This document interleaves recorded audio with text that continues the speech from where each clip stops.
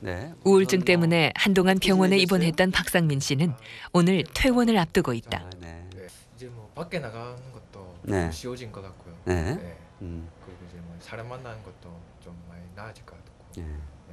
사실 뭔가 좀 네. 해볼 것 같아 생각도 들고. 혹시 그래도 밖에 나가서 내가 생활하면 아 이게 좀 걱정이 된다 하는 부분이 있나요? 어떻게? 이제 다시 재발하지 않을까. 아 제발. 걱정이고 밖에 나가기도 싫어지고, 예, 사람 만나기가 힘들어지고, 혼자 좀 침울해지고, 직장 내에서도 이제 대화가 없어지고, 예. 박상민 씨, 정신 어디다 빼놓고 있는 거야? 어? 아니 좀 똑바로 좀 하자. 어? 상사한테 이제 공개적으로 이제 질타를 받으면 상처를 입게 되지. 내가 바본가? 뭐 이렇게 머리가 나쁜가? 아니면 난 왜 이렇게 소심할까? 아, 내가 진짜 이거밖에 안 되나? 예, 그렇게 되면서 이제 자신감이 사라지죠. 자신감이 사라지면서 아, 내가 뭐 더 이상 뭐 할 수 있는 게 없나? 솔직히 아까 김 부장 좀 심하지 않았어? 능력은 없고 그 자리 지키려면 우리 같은 사람들 쪼는 수밖에 뭐 별거 있나? 그러게 말이야. 생긴 건 꼭 꼴뚜기같이 생겨가지고. 남의 웃음소리에 내 얘기하는 것 같고 비웃는 것 같고 이게 그리고 왜 이렇게 좀 두려워하나. 자, 일하러 갑시다. 아유, 병원에 오기 전까지는 계속 밖에도 안 나가서 계속 집 안에만 있고 머리도 막 안 감고, 예, 밥만 먹고 방에 들어가 보고 이러니까 이제 상민아, 문 좀 열어봐, 어? 얘가 왜 이러니? 상민아! 우울증이 불안까지 겹치면서 이제 한청까지 듣게 되고 뒤에서 막 죽어라는 소리가 들려요. 예, 그러니까 뭐 귀신에 홀린 것 같이. 벗어나려고 해도 탈출구가 보이지 않았다. 안녕하세요. 약물 치료로 우울증은 나아졌지만 대인관계는 여전히 자신이 없었다. 박상민 씨는 퇴원 후에 상담 치료를 진행 중이다. 네. 실제로 나는 어떤 사람인 것 같았어요? 본인이 생각하시고. 내 생각에는 그렇게 똑똑하지도 않고, 예, 그렇게 강하지도 않고, 예, 그러니까 좀 학교 다닐 때부터 그렇게 자아감이 좀 높진 않았죠. 자존감이 좀 높지도 않고. 혹시 그런 비웃음을 예전에도 당한 기억이 많이 있으신가요? 그냥 애들한테 좀 놀림은 좀 많이 당했거든요, 학교 다닐 때. 자, 오늘의 학급 회의 주제는 방학이다. 자, 이번 방학을 어떻게 보낼지. 자, 누가 말해볼까? 그래, 상민이. 박상민, 일어나서 얘기해봐. 네 의견. 전 선생님, 상민이는요 화장실 가고 싶대요.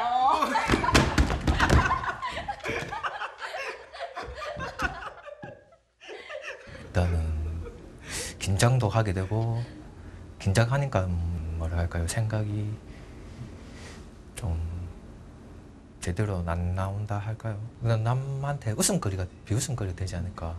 얼굴이 좀 버리게지거든요. 예, 이게 남 앞에 서면 얼굴이 좀 버리게지고, 이게 남 시선 받는 거 되게 좀 부끄러워요. 남 시선은 받는 거. 야, 너 바보지? 아이, 무슨 소리야? 더듬이지. 야, 너 일로 와봐. 빨리. 됐다. 그냥 가라. 아유, 재수없어. 꼬라지 하고는. 남들 앞에서 한없이 움츠러드는 자신이 스스로도 싫었다. 점점 외톨이가 돼갔다. 왜 내가 약해 보일까 막 이렇게 생각을 하죠. 마음은 친구를 때리고 싶은데. 그죠. 약하니까. 네. 네, 그러지도 못하고. 다른 애들 같았으면 그냥 같이 싸웠겠죠. 가정 폭력도 있었고 이러니까 어릴 때부터 좀 그런 거 보고 자라니까 폭력에 대한 두려움이 좀 있었던 것 같아요. 폭력에 대한 두려움. 아버지가 폭력을 님에게도 직접 하시고 그러셨어요? 네, 형제들한테도 했고 어머니한테는 더 심했죠. 또 그것도 보고 자랐으니까. 봤을 때 그냥 한 번씩은 아버지가 없었으면 좋겠다. 네, 아니면 이혼했으면 좋겠다. 이렇게 생각을 했죠. 네. 아예 없었으면 더 나았을 더 행복했을 건데. 뭔가 마음속에서 멀찍이 싸우는 모습만 봐도 아버지가 떠올라 두려웠다. 아마 싸울 때는 이제 그런 생각이 들 때는 아버지의 그 폭력적인 장면을 봤을 때 그리고 폭력을 당했을 때의 그 두려움이 똑같이 느껴지더라고요. 님이 가진 장점들이 충분히 있다고 생각이 들거든요. 장점이 뭔데요? 장점은 모르겠는데. 본인이 장점. 생각한 장점이 전혀 없으신 것 같으세요. 그 단점을 생각해보라 하면 많은데 장점을 생각해보라 하면 단점 한번 얘기해보세요. 단점은 소극적이고 내성적이고 소심하고 머리도 똑똑하지도 않고 잘생기지도 않았고 뭐 학교 공부 잘하는 것도 아니었고 예. 의사 선생님처럼 이제 사회적으로 성공한 것도 아니고 키 큰 것도 아니죠. 근데 주치의 선생님 보면 되게 부럽다니까요. 키도 크시고 잘생기시고. 어릴 때부터 반복된 경험으로 자존감은 바닥까지 떨어졌다. 더 이상 앞이 보이지 않았다.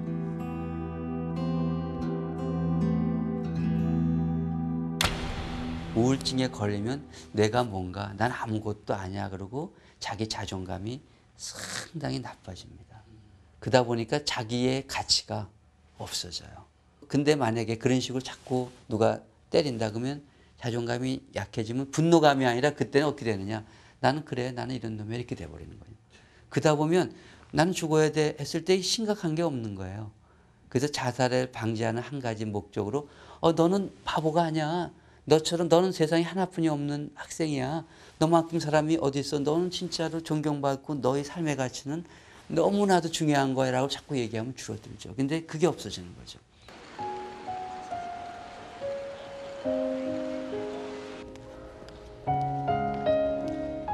왜 하필 나한테 이런 고통이 찾아왔을까? 심각한 우울증에 빠져있던 최미경 씨는 정신분석 치료를 선택했다.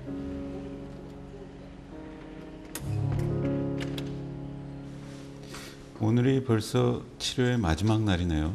네, 아직 실감은 안 나는데요. 어제 저녁에 남편한테 전화가 왔어요. 언제 올 거냐고. 제가 분명히 언제 갈 거라고 얘기를 했는데도 투정 부리는 애처럼 또 언제 올 거냐고 막 우기더라고요. 1년 전만 해도 남편이 그렇게 자주 전화를 하면 이 사람 의처증 아닐까? 이 사람이랑은 살 수 있을까? 뭐 그런 무서운 생각들로만 가득 차 있었는데 똑같은 상황에 즐거울 수도 있다라는 게 정신분석 정신치료는 뭘 하는 거라고 할 수 있냐면은 결국은 환자한테 너 생각이 뭐야? 너의 그 감정이 뭐야? 감정이 어떻게 해서 이런 감정이 생겼지? 이런 걸 자꾸 되묻는 거예요. 본인 자신에 대해서 탐구해가지고 본인의 진짜 마음 이런 것들이 이제 알아나가는 과정인데 그걸 정신치료 동안은 환자하고 치료자하고 같이 하는 거죠. 그런데 어느 정도 지나면 본인의 감정이 슬프다 그러면 내가 왜 오늘 슬프지? 이런 본인 자신에 대한 분석을 해나가기 시작한다는 거죠. 근데 들을 수가 없더라고요. 일주일에 4번씩 3년을 지속해온 기나긴 인내의 시간이었다. 특히 그런 거에 대해서 너무 아무렇지도 않게 생각하는 거 그런 거 자체가 숨에 막혔어요.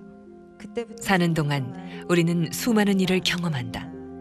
어떤 건 아무렇지 않게 스쳐 지나가고 또 어떤 건 깊은 상처가 돼 자신도 모르게 무의식에 남기도 한다. 영향을 미친 것 같아요. 안 좋은. 그 어린아이가 아주 어렸을 때는 그 감정들이 굉장히 크고 세고 이러면은 그걸 사실은 소화하지 못한 채 그대로 그냥 마음속에 간직을 한다는 거예요.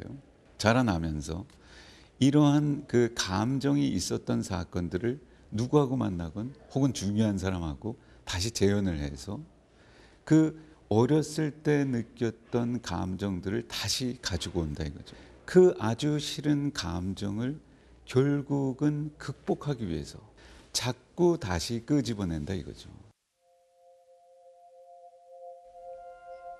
정신분석은 과거에 있었던 중요한 사건이나 감정이 현재에도 영향을 미치고 있다는 전제에서 출발한다. 제가 시간아 가라, 그냥 미루자 이렇게 생각하는 건요, 오빠가 죽고 나서부터 생긴 습관 같은 건지도 몰라요.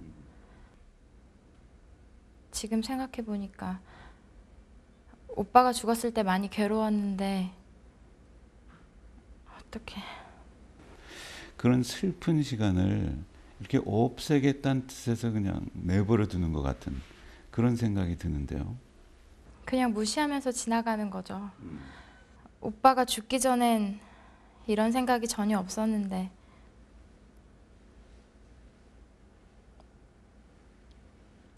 정말 오빤 자기가 하고 싶은 대로 아무것도 못하고 살았다는 생각이 들면서 난 내가 하고 싶은 대로 하고 살아야 되겠다는 생각을 했어요. 본인은 하고 싶은 걸 오빠도 그렇고 본인도 그렇고 못했다 이런 얘기를 하시는 것 같아요. 모르겠어요. 그냥 엄마가 생각나는데요. 엄만 그냥 내버려두는 스타일이 아니었어요. 정말 가만히 두질 못하고 이래라 저래라 하는데 정말 신경질이 날 때가 많았어요. 어머니에 대한 과도한 참견에 대해서 이 화가 나는 표현이라는 생각도 좀 드는데 엄만 저나 오빠한테 관심 있던 게 아니라 그냥 압박이나 압력을 가했다고 느껴져요.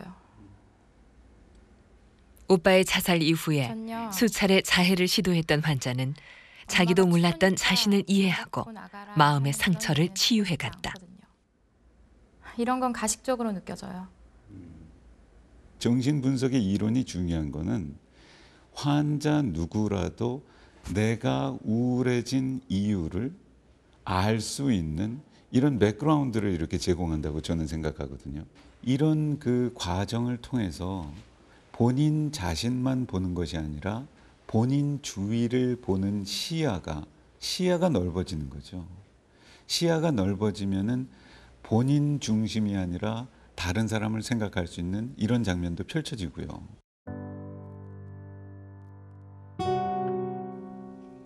우울증은 주변의 이해와 도움이 절실한 병이다. 자칫 극단적인 선택으로 이어질 수 있기 때문이다.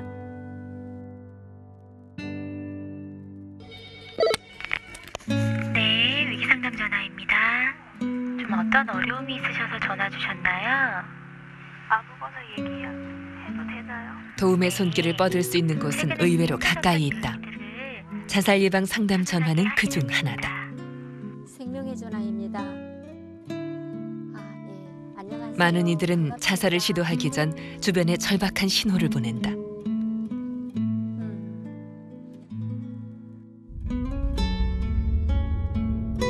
우울증에 대한 무관심과 오해로 그 신호를 제대로 해석하지 못할 뿐이다.